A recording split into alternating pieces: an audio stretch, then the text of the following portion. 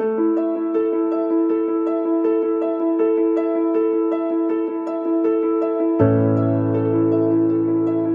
Students, Career Point Education के YouTube platform पर एक बार फिर आपका स्वागत है। आज की क्लास में हम 23 दिसंबर का करंट अफेयर देखेंगे, जानेंगे कौन कौन सी ऐसी लेटेस्ट अपडेट थी जो कि हमारी परीक्षा के पर्पज से इंपॉर्टेंट हो सकती हैं। तो चलिए आगे बढ़ते हैं, देखते हैं 23 दिसंबर का करंट अपडेट। तो सबसे पहले भारत वियतनाम नेताओं की वर्चुअल समिट 2020 का हुआ आयोजन। तो हाल ही में प्रधानमंत्री नरेंद्र मोदी और समाजवादी गणतंत्र वियतनाम के प्रधानमंत्री गुयेन जुआन फुक ने संयुक्त रूप से वीडियो कॉन्फ्रेंसिंग के माध्यम से भारत वियतनाम वर्चुअल समिट को संबोधित किया। शिखर सम्मेलन के दौरान भविष्य में भारत वियतनाम व्यापक रणनीतिक साझेदारी के मार्गदर्शन करने के लिए शिखर सम्मेलन के दौरान शांति, समृद्धि और लोगों के लिए एक संयुक्त दृष्टिकोण दस्तावेज को अपनाया गया। तो हाल ही में भारत और वियतनाम नेताओं की वर्चुअल समिट का आयोजन किया गया है, जिसमें भारत के प्रधानमंत्री नरेंद्र मोदी और वियतनाम के प्रधानमंत्री गुयेन जुआन फुक ने भागीदारी की है। क्लियर। अब बात करते हैं इस शिखर सम्मेलन के बारे में। तो शिखर सम्मेलन में दोनों नेताओं ने अनुबंध के सभी क्षेत्रों में द्विपक्षीय सहयोग बढ़ाने के महत्व पर बल दिया। वे एक दूसरे की राष्ट्रीय विकास प्राथमिकताओं में सहयोग करने और एक शांतिपूर्ण, स्थिर, सुरक्षित, मुक्त, खुला, समावेशी और नियमों पर आधारित हिंद प्रशांत क्षेत्र के साझा उद्देश्य के लिए एक साथ काम करने पर सहमत हुए हैं।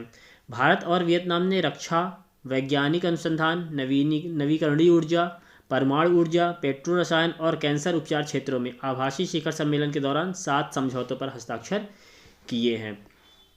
तो ये था शिखर सम्मेलन की बातें। अब आगे बढ़ते हैं, देखते हैं पीएम नरेंद्र मोदी ने 6वें भारत जापान संवाद सम्मेलन को किया संबोधित। तो हाल ही में भारत के प्रधानमंत्री नरेंद्र मोदी ने वीडियो कॉन्फ्रेंसिंग के माध्यम से भारत जापान संवाद सम्मेलन 2020 के 6ठे संस्करण को संबोधित किया है। इस संवाद सम्मेलन का उद्देश्य एशिया में अहिंसा और लोकतंत्र की परंपराओं के सकारात्मक प्रभाव पर एशिया के भविष्य के निर्माण की आवश्यकता पर विचार विमर्श करना था। सम्मेलन के दौरान पीएम ने भारत में पारंपरिक बौद्ध साहित्य एवं धर्म ग्रंथों के लिए एक लाइब्रेरी बनाने का प्रस्ताव भी रखा है। यह पुस्तकालय दुनिया के विभिन्न हिस्सों से बौद्ध साहित्य की डिजिटल प्रतियां एकत्रित करेगा और पुस्तकालय फिर इन कार्यों का अनुवाद करेगा और उन्हें बौद्ध धर्म के सभी विद्वानों और भिक्षुओं के लिए उपलब्ध कराएगा। तो हाल ही में नरेंद्र मोदी ने भारत जापान संवाद सम्मेलन को संबोधित किया है। क्लियर। देखते हैं अगला पॉइंट। पीएम मोदी जम्मू कश्मीर के लिए करेंगे सेहत स्वास्थ्य बीमा योजना का शुभारंभ। तो हाल ही में प्रधानमंत्री नरेंद्र मोदी ने 26 दिसंबर को समूचे केंद्र शासित प्रदेश जम्मू कश्मीर के लिए सेहत स्वास्थ्य बीमा योजना का शुभारंभ करने जा रहे हैं। यह योजना शेष 1 करोड़ आबादी को कवर करेगी जिन्हें आयुष्मान भारत योजना के तहत कवर नहीं किया गया। आयुष्मान भारत पीएम जन आरोग्य योजना के तहत पात्र लाभार्थियों को 5 लाख रुपए तक का स्वास्थ्य कवर दिया जाता है। तो ऐसे जनता या फिर बोले तो ऐसी आबादी जो कि आयुष्मान भारत योजना के तहत रजिस्टर्ड नहीं है, उनको कवर करने के लिए पीएम मोदी ने जम्मू कश्मीर में सेहत स्वास्थ्य बीमा योजना की शुरुआत करने जा रहे हैं 26 दिसंबर को। क्लियर। इसके आगे उन्होंने बताया पीएम जन आरोग्य योजना के तहत जम्मू कश्मीर के 30 लाख लोगों को कवर किया गया है। प्रधानमंत्री द्वारा 26 दिसंबर को सेहत योजना की शुरुआत करने के बाद Jammu Kashmir universal health coverage हासिल करने वाले देश में पहले स्थान पर होगा। ठीक ना। समूचे केंद्र शासित प्रदेश में कार्यक्रम आयोजित किए जाएंगे। उसी दिन गोल्डन कार्ड का वितरण भी किया जाएगा। तो परीक्षा में पूछ सकता है, जम्मू कश्मीर राज्य में भी हाईलाइट हुआ है, तो उसके उपराज्यपाल कौन है? तो मनोज सिन्हा वहाँ के उपराज्यपाल हैं। क्लियर। चलिए देखते हैं नेक्स्ट पॉइंट। भारत सरकार ने नए विद्युत उपभोक्ता के अधिकार नियम 2020 को किया अधिसूचित। तो हाल ही में केंद्रीय ऊर्जा राज्य मंत्री राजकुमार सिंह द्वारा नए विद्युत उपभोक्ता के अधिकार नियम 2020 लागू किया गया है। उन्होंने अपने बयान में कहा कि ये नियम बिजली उपभोक्ताओं को सशक्त बनाएंगे, क्योंकि ये नियम इस मान्यता से निकलते हैं कि विद्युत प्रणालियाँ प्रयोगशालाओं की सेवा के लिए होती हैं और मौजूदा समझौते के विश्वसनीय सेवाओं और निवेश संपन्न बिजली पाने का अधिकार है। तो हाल ही में भारत सरकार ने नए विद्युत नियम 2020 यानी उपभोक्ता अधिकार नियम 2020 को अधिसूचित किया है। अब देखते हैं इस अधिसूचना में क्या है, यानी कि विद्युत उपभोक्ता अधिकार 2020 में क्या है। तो ये नियम उपभोक्ताओं के अधिकारों और वितरण लाइसेंस धारियों का अधिकार प्रदान करेंगे। वितरण लाइसेंसधारी सभी उपभोक्ताओं को 24/7 विद्युत की आपूर्ति करेगा। हालांकि आयोग कृषि जैसे उपभोक्ताओं की कुछ श्रेणियों के लिए आपूर्ति कम घंटे निर्दिष्ट कर सकता है, यानी कि कृषि के उपभोक्ताओं को 24/7 बिजली आपूर्ति नहीं की जा सकती है, ऐसा कुछ उसमें प्रावधान किया गया है। क्लियर। अब बात करते हैं विद्युत उपभोक्ता के अधिकार नियम में निम्नलिखित प्रमुख क्षेत्रों को कवर किया गया। कौन कौन से वो क्षेत्र हैं? Rights of consumers and obligation of distribution licensees, उपभोक्ताओं के अधिकारों और वितरण लाइसेंसियों के दायित्व। Release of new connection and modification in an existing connection, नए कनेक्शन को जारी करना, वर्तमान कनेक्शन में संशोधन करना। मीटरिंग अरेंजमेंट, मीटरिंग प्रबंधन। बिलिंग एंड पेमेंट, बिलिंग और भुगतान। डिस्कनेक्शन एंड रिकनेक्शन, डिस्कनेक्शन और reconnection. Reliability of supply, supply की विश्वसनीयता। कंज्यूमर एज प्रोज्यूमर, प्रोज्यूमर के रूप में consumer. Standards of performance of लाइसेंसी, लाइसेंसी के कार्य प्रदर्शन मानक।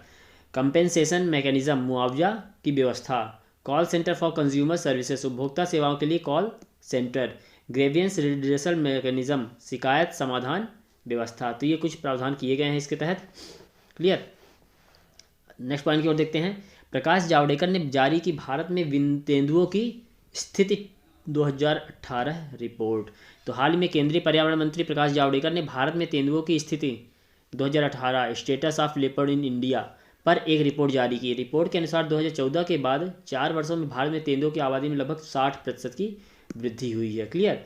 ताज़ा आंकड़ों के अनुसार 2014 में किए गए 7,910 के पिछले अनुमान की तुलना में 2018 में भारत में तेंदुओं की संख्या 12,852 तेंदुए हैं। मध्य प्रदेश जिसे प्रथम स्थान पर है, दूसरे स्थान पर कर्नाटक है और तीसरे स्थान पर महाराष्ट्र, जिनकी संख्या 3,421 मध्य प्रदेश में, कर्नाटका में 1,783 और महाराष्ट्र में 1,683 के साथ में ये राज्य के 3 प्रदेश के वो बोले तो भारत के 3 प्रदेश ऐसे हैं जो कि पहले, दूसरे, तीसरे स्थान पर है। मध्य प्रदेश, कर्नाटका और महाराष्ट्र तेंदुओं की संख्या में। क्लियर। तो सबसे ज़्यादा तेंदुए मध्य प्रदेश में आ जाते हैं इस यहाँ पे। चलिए अगला पॉइंट देखते हैं। सेंट्रल बैंक ऑफ इंडिया ने एनपीसीआई के साथ मिलकर लॉन्च किया रुपे सेलेक्ट डेबिट कार्ड। तो हाल ही में रुपे सेलेक्ट डेबिट कार्ड जारी करने वाला बैंक कौन सा है? Central Bank of India. किसकी मदद से, किसकी सहायता से? एनपीसीआई की सहायता से। Clear. Central Bank of India ने National Payment Corporation of India NPCI के सहयोग से रुपे सेलेक्ट नामक संपर्क रहित डेबिट कार्ड का एक यूनिक वर्जन लॉन्च किया है। Central bank RuPay select debit card से ग्राहक golf course, gym, spa, restaurant में कार्ड के साथ सदस्यता और आकर्षक ऑफर का भी लाभ उठा सकेंगे। अब बात करते हैं रुपे सेलेक्ट कार्ड क्या है, क्या उसके बारे में कुछ बताते हैं। तो कार्ड में 20 से अधिक घरेलू और 500 से अधिक अंतर्राष्ट्रीय हवाई अड्डे के लाउंज में उपयोग जैसी सुविधाएं हैं। कार्ड ट्रांजिट के साथ साथ रिटेल खरीद दोनों तरह की ऑफलाइन लेन देन सुविधा भी प्रदान करेगा। ट्रांजिट के साथ साथ रिटेल खरीद दोनों तरह की ऑफलाइन। इसके अलावा कार्ड धारक इस national common mobility debit card NCMC के साथ किफ़ायती स्वास्थ्य जांच भी करा सकेंगे। इसके अतिरिक्त यह ग्राहकों को बिना किसी अतिरिक्त लागत के 10 लाख तक आकस्मिक और स्थायी विकलांगता बीमा कवर भी प्रदान करेगा। क्लियर। तो ये था रुपे सेलेक्ट कार्ड के बारे में। अब जानते हैं परीक्षा के पर्पज से परीक्षा में क्या क्वेश्चन पूछ सकता है। तो एनपीसीआई और सेंट्रल बैंक ऑफ इंडिया दो ऑर्गेनाइजेशन की बात करें तो एनपीसीआई के MD और CEO हैं दिलीप असबे। इसका मुख्यालय एनपीसीआई का मुंबई में है और इसकी स्थापना की गई 2008 में। बात करें अगर सेंट्रल बैंक ऑफ इंडिया की तो इसका मुख्यालय मुंबई में है। इसके CEO पल्लव महापात्रा हैं और इसकी स्थापना 21 दिसंबर 1911 में की गई। क्लियर। तो ये परीक्षा के पर्पज से इंपॉर्टेंट हो सकते हैं क्योंकि हाल ही में चर्चा में है। तो जो भी लेटेस्ट अपडेट होती है उससे क्वेश्चन परीक्षा में जरूर बनते हैं, तो आप इसको ध्यान से देखिएगा। चलिए बढ़ते हैं अगले पॉइंट की ओर। खेल मंत्रालय ने खेलो इंडिया यूथ गेम्स 2021 में 4 स्वदेशी खेलों को शामिल करने की मंजूरी दी है। तो अगला 2021 का जो खेलो यूथ गेम है वो हरियाणा में आयोजित होने जा रहा है। तो खेल मंत्रालय ने हरियाणा में आयोजित किए जाने वाले खेलो इंडिया यूथ गेम्स 2021 में 4 स्वदेशी खेलों को शामिल करने की मंजूरी दे दी है। ये 4 खेल कौन कौन से होंगे? गतका, कलारीपयट्टू, थांगता और मलखम्ब। ये 4 खेल हैं जो कि स्वदेशी खेल हैं। ठीक ना। मध्य प्रदेश, भारत के किसी प्रदेश में खेले जाते हैं। ठीक। यह 4 चयनित खेल देश के विभिन्न हिस्सों का प्रतिनिधित्व करेंगे। इन्हें खेलो इंडिया यूथ गेम्स 2021 की मदद से राष्ट्रीय स्तर पर पहचान भी मिलेगी। अब देखते हैं ये जो 4 गेम हैं इनकी उत्पत्ति और किस प्रदेश से बिलोंग करते हैं, कहाँ खेले जाते हैं, प्रचलित कहाँ पर है। तो कलारीपयट्टू की उत्पत्ति केरल से हुई है। मलखम्ब का आयोजन मध्य प्रदेश और महाराष्ट्र में किया जाता है। गतका पंजाब से निकला खेल है। गतका कहाँ से निकला खेल है, कहाँ का खेल है? यह पंजाब का खेल है। यह निहंग सिख योद्धाओं की पारंपरिक युद्ध शैली है। इसका इस्तेमाल आत्मरक्षा के साथ साथ खेल के रूप में भी किया जाता है। गतका पंजाब का, ठीक ना। फिर आता है थांगता, यह मणिपुर मार्शल आर्ट है, मणिपुर का मार्शल आर्ट है। क्लियर। तो 4 स्वदेशी खेल या भी बोले तो 4 प्रादेशिक खेल, कलारीपयट्टू, मलखम, गतका और थांगता, इनको खेलो इंडिया यूथ गेम 2021 में शामिल करने की मंजूरी दे दी गई है। क्लियर। चलिए बढ़ते हैं अगला।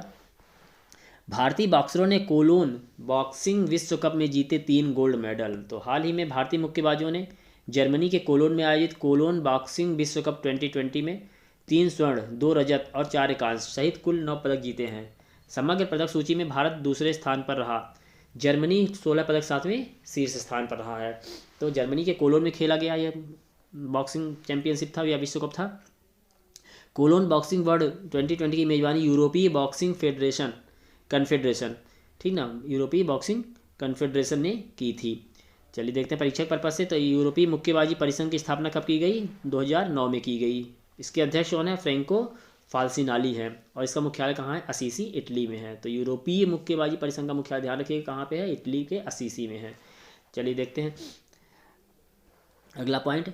लुइस हैमिल्टन ने जीता वर्ष 2020 का BCC sports personality of the year award. तो फार्मूला 1 चैंपियनशिप या बोले तो फार्मूला 1 विश्व चैंपियन लुइस हैमिल्टन ने BBC sports personality of the year 2020 award जीता है। यह दूसरा मौका है जब इन्होंने sports personality of the year का खिताब जीता। इसके पहले 2014 में भी ये एक बार इस खिताब को जीत चुके हैं लुइस हैमिल्टन, जो कि फार्मूला 1 चैंपियन हैं। लुइस हैमिल्टन इन्होंने क्या किया? हाल ही में BBC sports personality of the year award मिला है 2020 का, और इसके पहले 2014 का भी इनको अवार्ड मिल चुका है।